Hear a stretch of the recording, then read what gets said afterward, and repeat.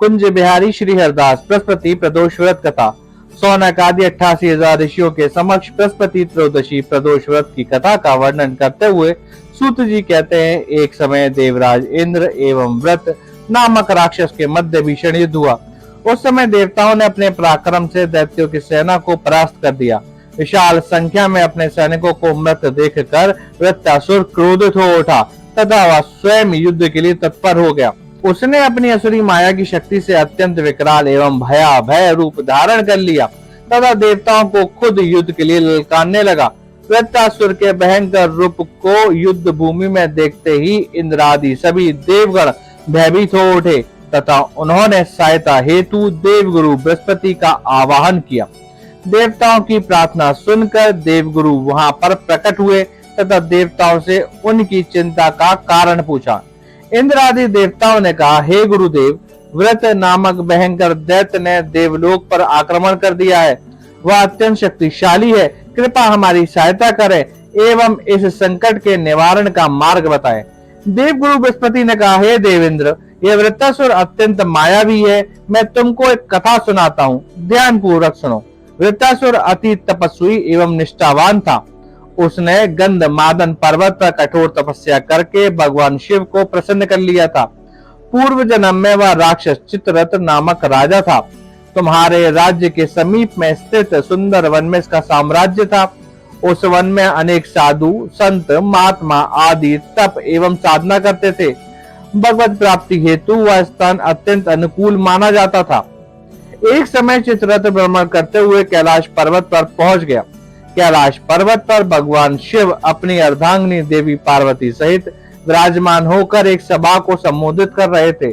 चित्ररथ उनके स्वरूप का तथा उनके समीप विराजमान देवी पार्वती का दर्शन करके हाथ जोड़कर उपहास करते हुए भगवान शिव से बोला, हे भगवान, हम तो साधारण जीव हैं, इसलिए माया के वशीभूत होकर स्त्रियों के मोह में फंसे रहते हैं, किंतु देवलोक में तो कहीं भी मैंने किसी को स्त्री सहित सभा में विराजमान नहीं देखा।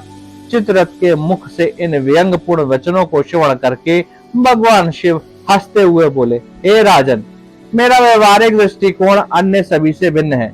मैं कालकूट जैसी सृष्टि संहारक महाविष का पान किया है। इसके पश्चात भी तुम अल्पज्ञानियों के समान मुझ पर व्यंग कर रहे हो। देवी पार्वती भी चित्ररथ पर अत्यंत कुपित हो उठी तथा उसकी समक्ष दृष्टि करते हुए माता ने कहा, अरे दुष्ट प्राणी, तूने मेरे समक्ष मेरे स्वामी एवं समस्त चराचर जगत के व्याप्त महादेव का उपहास किया है। अंततः तुझे अपने इस पाप कर्म का दंड अवश्य भोगना होगा। इस सभा में उपस्थित सभी ज्ञानी जन, समस्त शास्त्रों के तत्व को जानने वाले, यहाँ उपस्थित सनक, सनातन एवं सनत कुमार समस्त प्रकार के अज्ञान को नष्ट होने के उपरांत शिव भक्ति में लीन है। अरे मूर्ख, तू स्वयं को अत्यंत चतुर समझता है। अंततः तुझे यह सीख मिलनी ही चाहिए ताकि तू भविष्य में पुनः कभी संतों एवं विद्वानों की सभा का उपहास करने का दुस्साहस न कर सके। मैं तुझे श्राप देती हूँ कि तू तत्क्षण ही तू अपने इस विमान से पतित होकर भूलोक पर जाएगा तथा राक्षस योनि में तेरा जन्म होगा। देवी जगदम्बा द्वारा श्राप मिलते ही चित्ररथ अपने विमान से भूलोक पर जा गिरा एवं राक्षस योनि को प्राप्त हुआ तथा महाअसुर के नाम से कुख्यात हुआ। त्वष्टा नामक एक तपस्वी ऋषि ने अपने तपोबल से उस असुर को वृत्तासुर के रूप में प्रकट किया। बृहस्पति जी आगे कहते हैं, वृत्तासुर ब्रह्मचर्य का पालन करते हुए भगवान शिव की भक्ति करने लगा। शिव भक्ति के फल स्वरूप उसे अथाह बल एवं पराक्रम प्राप्त हुआ। अंततः शिव भक्त होने के कारण तुम उसे परास्त नहीं कर सकते। मेरा यही सुझाव है कि यदि तुम उस महापराक्रमी दैत्य पर विजय प्राप्त करना चाहते हो तो बृहस्पति प्रदोष व्रत का भक्ति पूर्वक पालन करो।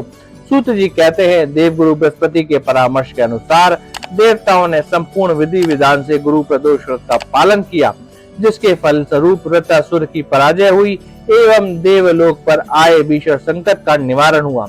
इस प्रकार जो भी इस परम पुण्य प्रदायक व्रत का निष्ठा पूर्वक पालन करते हैं, उसके समस्त कष्टों का शमन होता है तथा मनोवांछित कामनाओं की पूर्ति होती है। ऐसे ही दिव्य कथा को सुनने के लिए वीडियो को लाइक करें, चैनल को सब्सक्राइब करें, बेल आइकन दबाएं और कमेंट करें। हर हर महादेव।